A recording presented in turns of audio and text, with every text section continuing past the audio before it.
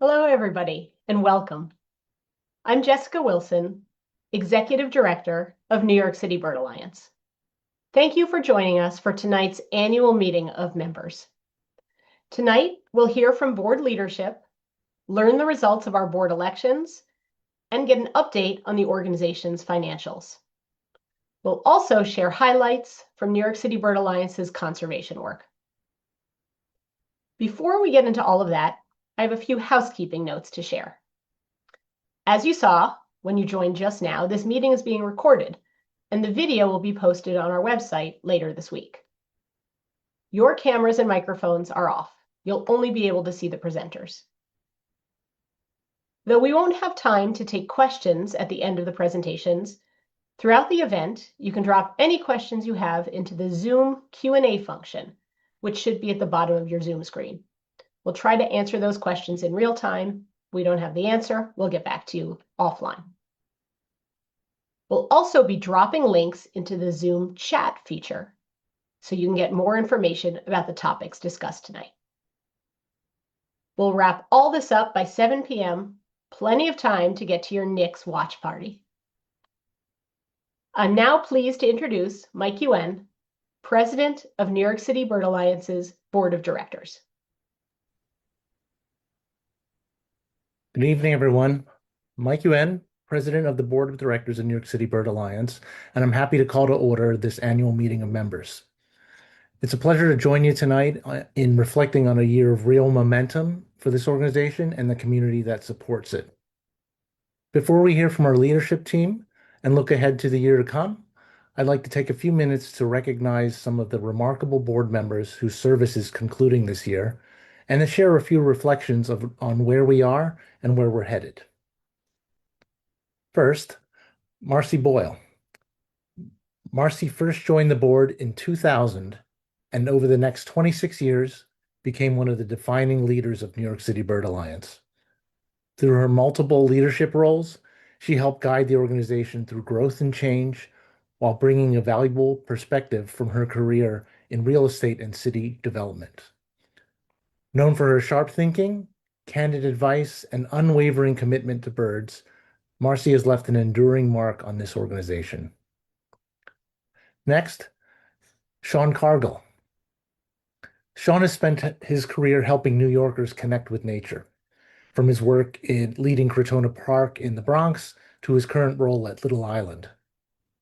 He brought that same spirit to our board, chairing the Public Programs Committee and serving on the Science and EDIA committees, helping us connect conservation and community engagement. Next, Christian Cooper is a familiar face to countless birders in Central Park and across the country. Through his enthusiasm, storytelling, and deep love of birds, he's connected people to nature and conservation. He also thoughtfully challenged our organization to think more expansively about who belongs in conservation, helping us broaden both our reach and our understanding of community. Next, Deborah Laurel. Deborah is an architect and has brought that lens of design and the built environment to her service on the board, with a focus on bird-safe buildings and reducing collisions in the urban landscape. As board secretary and as member of the Science and Public Programs Committees, Deborah brought a thoughtful voice to her work and helped translate science into solutions to make New York safer for migratory birds. And finally, Mike Tannen. Mike consistently pushed us to think more rigorously about our finances and asked hard questions that strengthened our planning, and he also helped formalize our committee structure. His commitment to fiscal discipline, good governance, and long-term sustainability has helped position us for continued growth and impact. Thank you, Marcy, Sean, Chris, Deborah, and Mike for their extraordinary service to New York City Bird Alliance. Before we move on, I want to take a moment to recognize something much more difficult. We pause to remember our colleague and friend, Elizabeth Norman.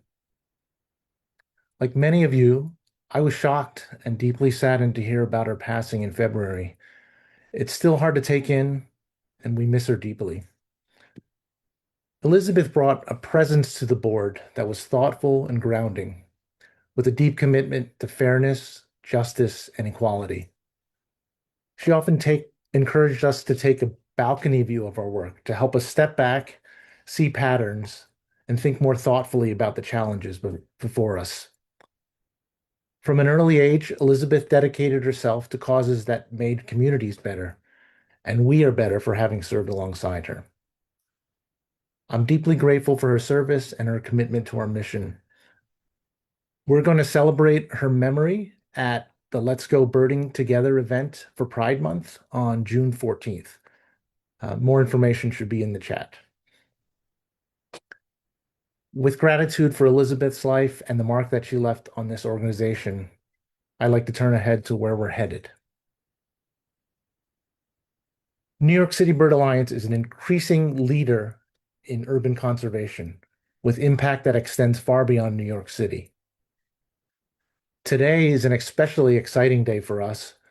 Our research on the decline of black-crowned night heron in New York City's harbors was published today and is already being featured in major media news outlets and bringing national attention to this conservation challenge unfolding right here in New York City. At the same time, our advocacy work to make buildings safer for birds continues to shape policy well beyond our 5 boroughs. Our bird safe buildings and lights out initiatives have helped establish New York City as a national model for our bird-friendly policy. We're also sharing what we learned. Drawing on decades of experience through Project Safe Flight, New York City Bird Alliance is publishing a volunteer collision monitoring framework that will help communities across the country collect the data needed to reduce bird collisions in their own cities. And we continue to look ahead. Planning is underway for the nation's first biodiversity district on Manhattan's Lower West Side. This effort is going to coordinate improvements across property lines, organizations, and sectors, and it'll create a new model for urban biodiversity. These accomplishments reflect an organization that's growing in influence while staying true to its mission. They're also possible because New York City Bird Alliance is entering this next chapter from a position of strength. We closed the fiscal year ahead of budget, we maintain strong reserves, and continue investing in staff capacity. And now we're implementing our new 5-year strategic plan to guide our work in the years ahead. On behalf of the board of directors, thank you for your membership, your generosity, your advocacy, and your belief in this work. Everything we've accomplished this year and everything we hope to accomplish in the future is possible because of this community. I'm so excited about what lies ahead and grateful to have you with us as we continue this work together. Next, our board secretary, Sharon Weidberg, will present the results of the board elections. Thank you. All right. Thanks, Mike. So New York City Bird Alliance's Board of Directors governs the organization and sets the strategic direction for our work to protect birds and urban diversity. So this spring, as we do each year, New York City Bird Alliance members voted to elect officers and directors of the board. But before I get into the results, I'll explain how this year's election worked. So notification about voting was sent to all eligible direct members on April 28th. The majority of our members received notification by email, along with a link to vote online. For those members for whom we didn't have an email address on file, they received by mail their notification and a ballot. So members can cast their votes in 3 ways.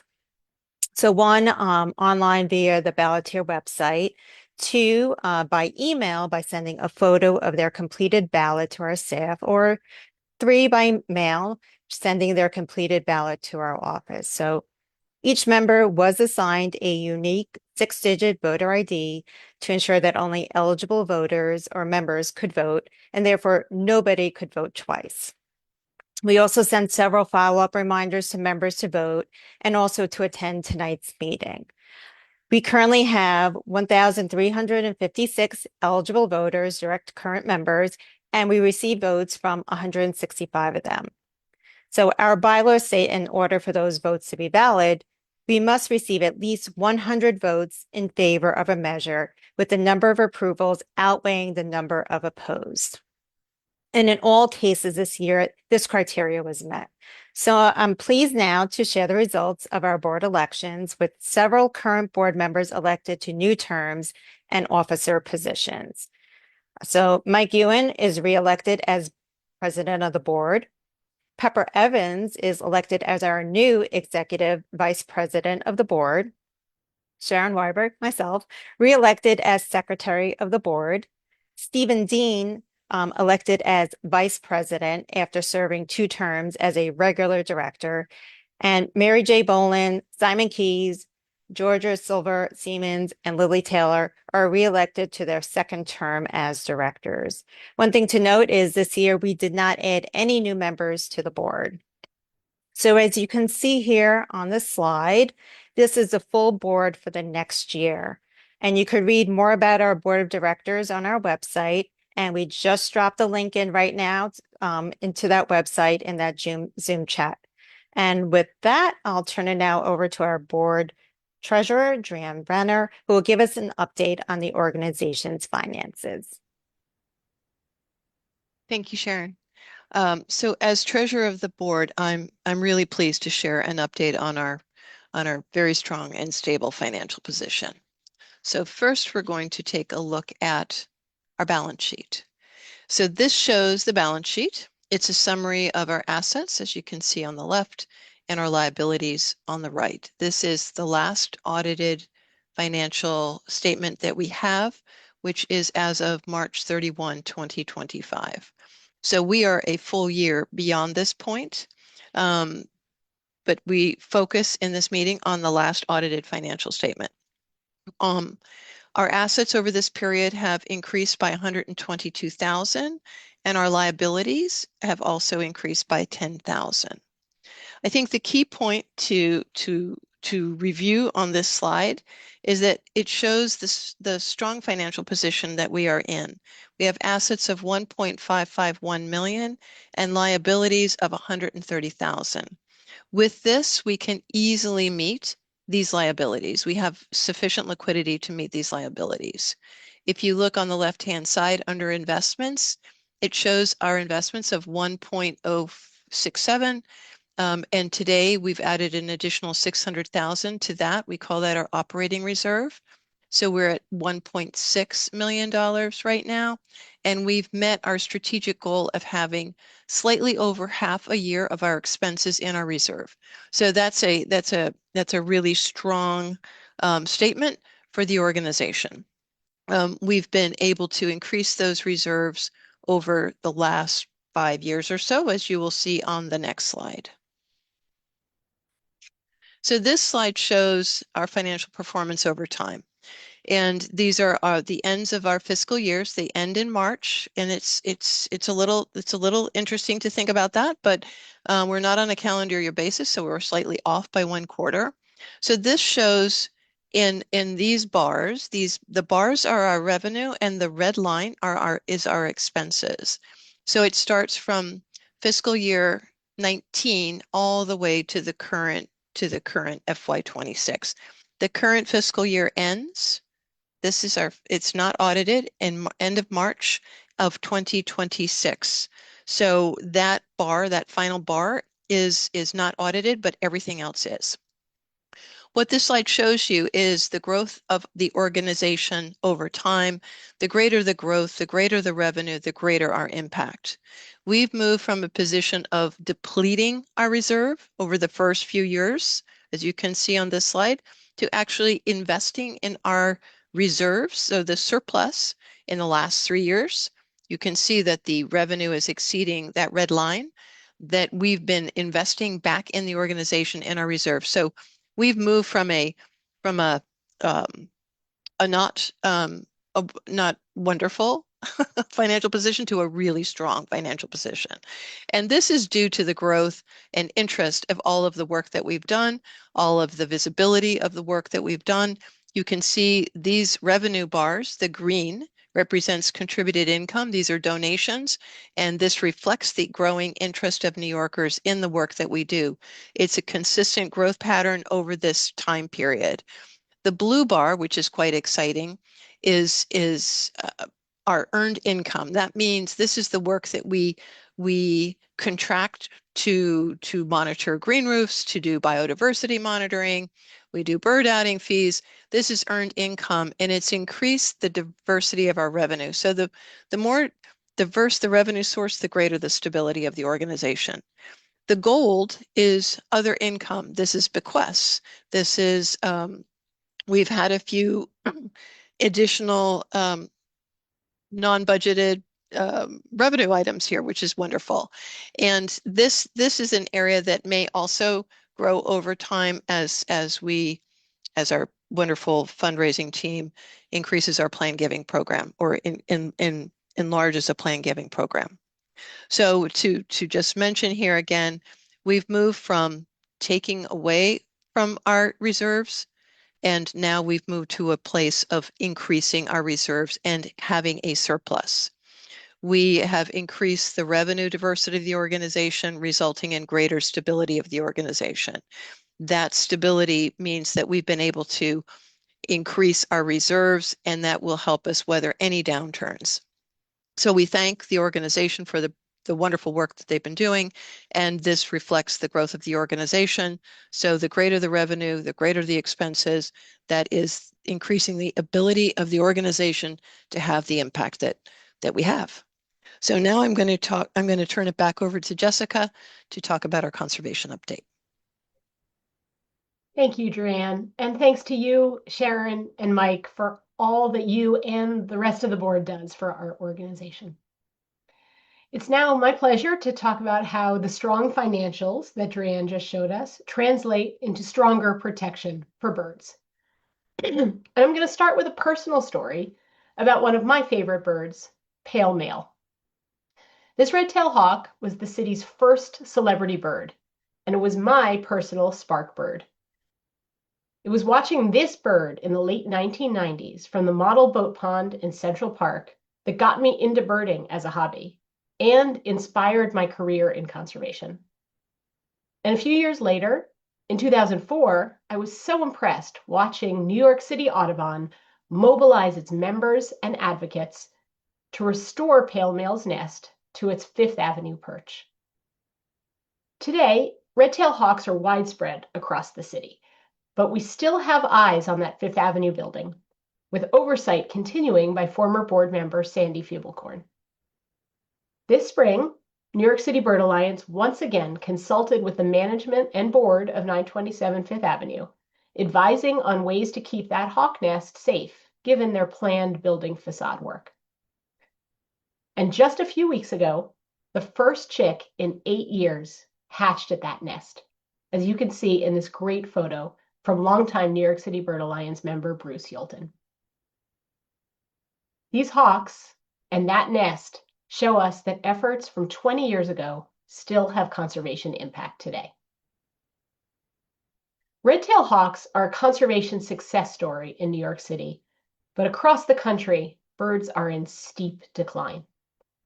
Our partners at National Audubon Society estimate that 2/3 of bird species in the US are at risk due to climate change, and that this country has lost 3 billion birds in the past 50 years.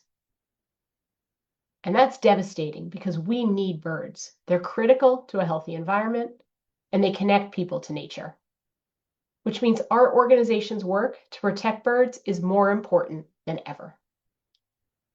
And New York City is an incredible place to do that work, since urban conservation is a vital part of global biodiversity.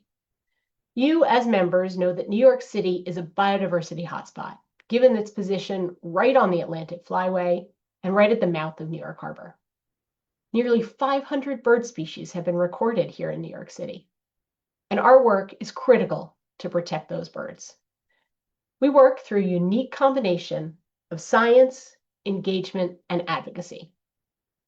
Our scientists and volunteers, who you see on this slide of the Christmas bird count, The scientists and volunteers work across the city to collect data on bird populations and the habitats they need to thrive.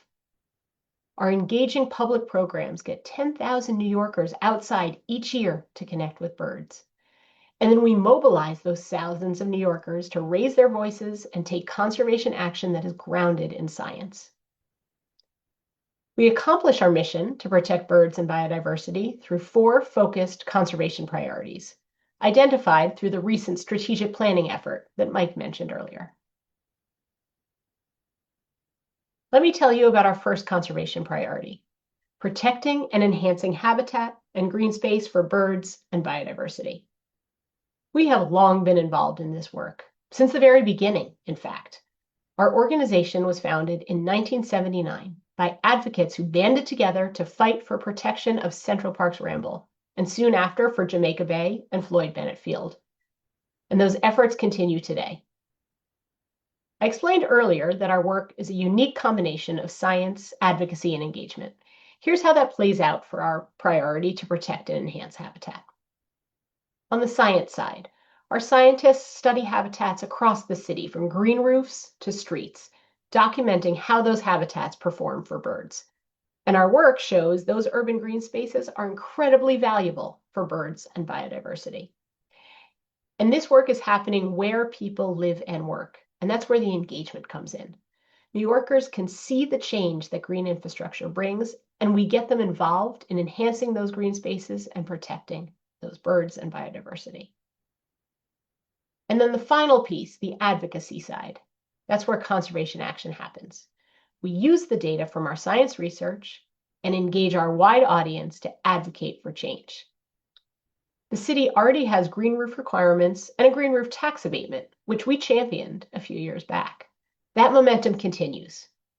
This year, we're actively building key relationships with city government agencies like the Department of Transportation and Department of Buildings to focus policies to support native plantings, which are key to good habitat for birds.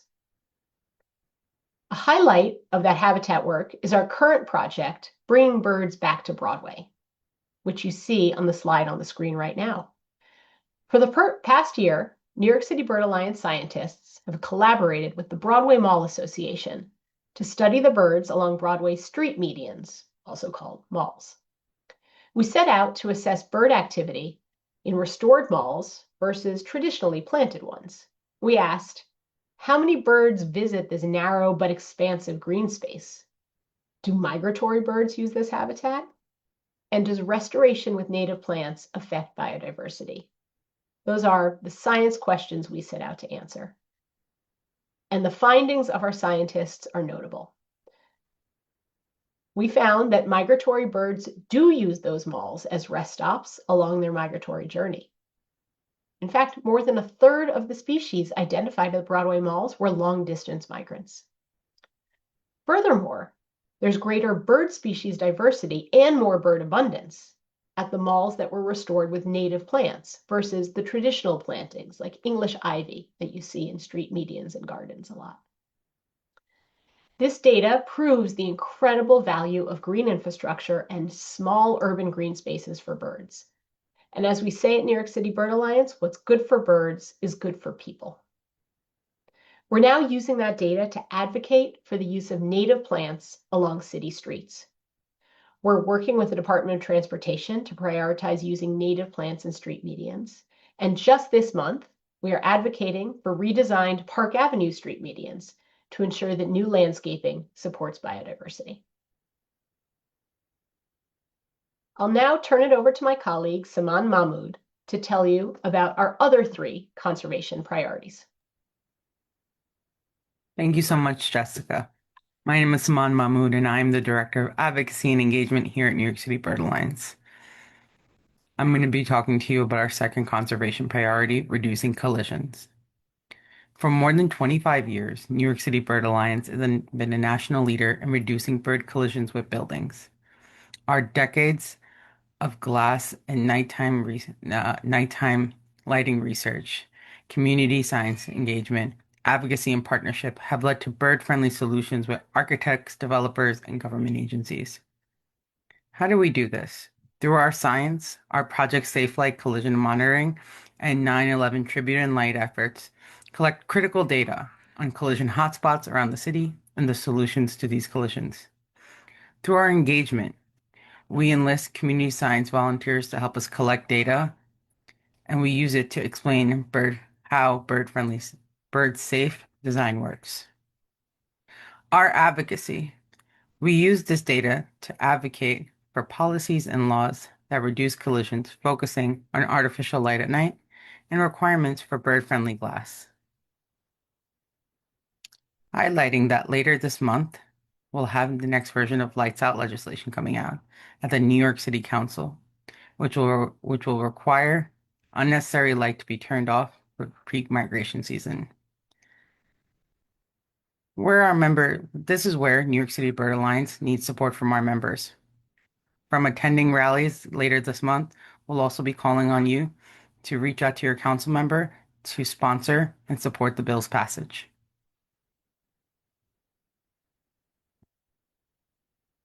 Our third conservation priority is inspiring and mobilizing New Yorkers.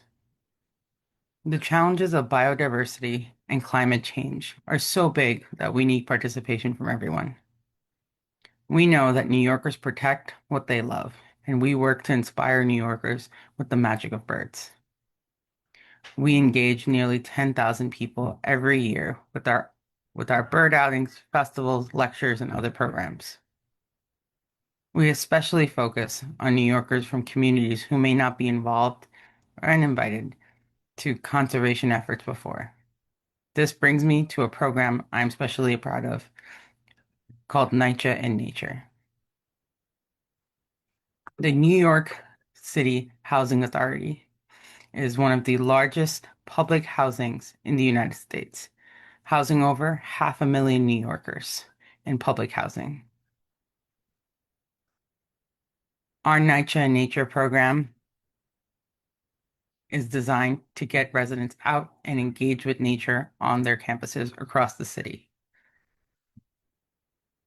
We work with the communities and local organizations that provide services to residents to engage and build out programs that work for those communities. Our program strengthens connections between local green space, biodiversity, and helps us model to inspire public housing residents to become active stewards of their environment and community advocates. Our vision is to see every NYCHA campus with nature and bird-focused programs, and with residents taking the lead on programming and promotion. Some of our most recent programs include guided outings at Cooper Park in Williamsburg, King's Towers in Harlem, and New Lane in Staten Island. Involving residents in our science work by collaborating with them to survey yellow-crowned night herons at Redfern and Hamel houses in the Rockaways. And this brings me to our next conservation priority, which is protecting waterbirds, which happens to be the focus of our work this week. Protecting the waterbirds of New York Harbor is who we are, and it's what we do here in New York City Bird Alliance. Wading birds like herons and egrets serve as critical indicators of the ecosystem's health and inspire a public connection with urban wildlife. But at the present of those birds is our waterway is not guaranteed. As development, habitat loss, and rising sea levels threaten biodiversity of New York Harbor, we must take action to protect these water birds. How do we do this? As with our other conservation priorities, we work to protect water birds by combining our science research with on-the-ground community engagement for effective advocacy and policy change. And there's no better example of that work than our plan to save the black-crowned night heron, which you may have read about in the news today. Let me tell you more about this project. New York City Bird Alliance has been conducting annual surveys of wading birds in New York Harbor for more than 40 years. Our data shows a really alarming decline over the past 20 years that we have lost more than half of the harbor's black-crowned night heron's breeding population.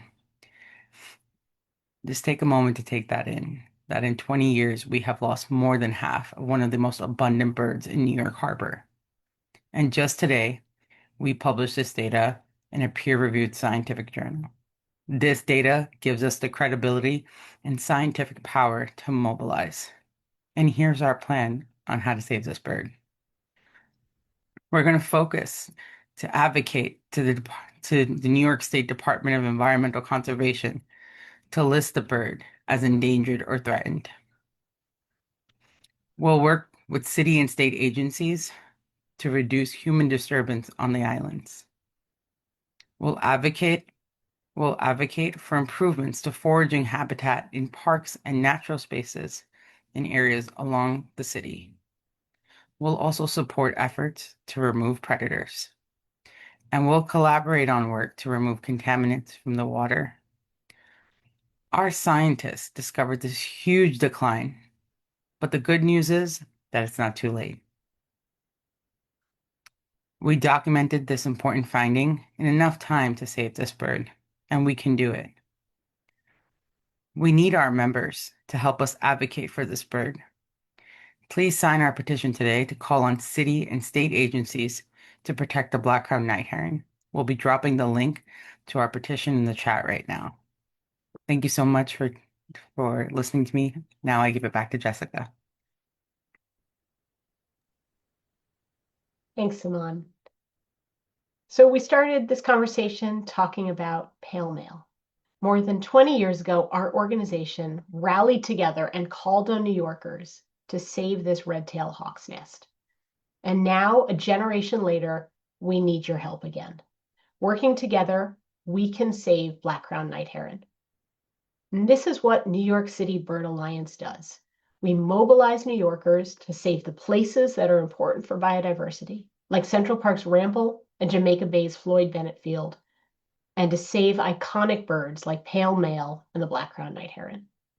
We do this work through our unique combination of pioneering science research, inspiring community engagement, and effective advocacy campaigns.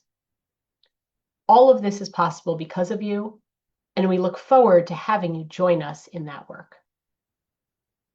With that, I will turn things over to Aidan Donaghy, our Senior Associate of Events and Membership, to talk about your involvement as members. Thanks, Jessica. I'm here to just say some important thank yous because none of the work we just spoke about would be possible without our incredible community. So starting with our army of volunteers. Whether you're monitoring bird collisions or engaging new conservationists, your time, skills, and energy make this work happen. That includes our board members whose expertise and passion helps shape our vision. It's a privilege to work with them, and we're very grateful for their leadership. A huge thank you also to our funders and our corporate sponsors, some of whom are listed on this slide. Their investment has made it possible to address our core work and tackle emerging priorities. Lots of the companies listed here will match gifts to New York City Bird Alliance if you're an employee. So if you're interested in learning more about matching gifts that further your impact, feel free to reach out to us. And last but never least, thank you, our members. Like Sharon mentioned earlier, we currently have 1,356 eligible voting direct members of New York City Bird Alliance, and that's in addition to over 7,338 exactly New York City-based members of the National Audubon Society who affiliate with our chapter. So in Drianne's financial presentation, some of our income comes from membership dues, and when members enroll, you're trusting your personal information with us.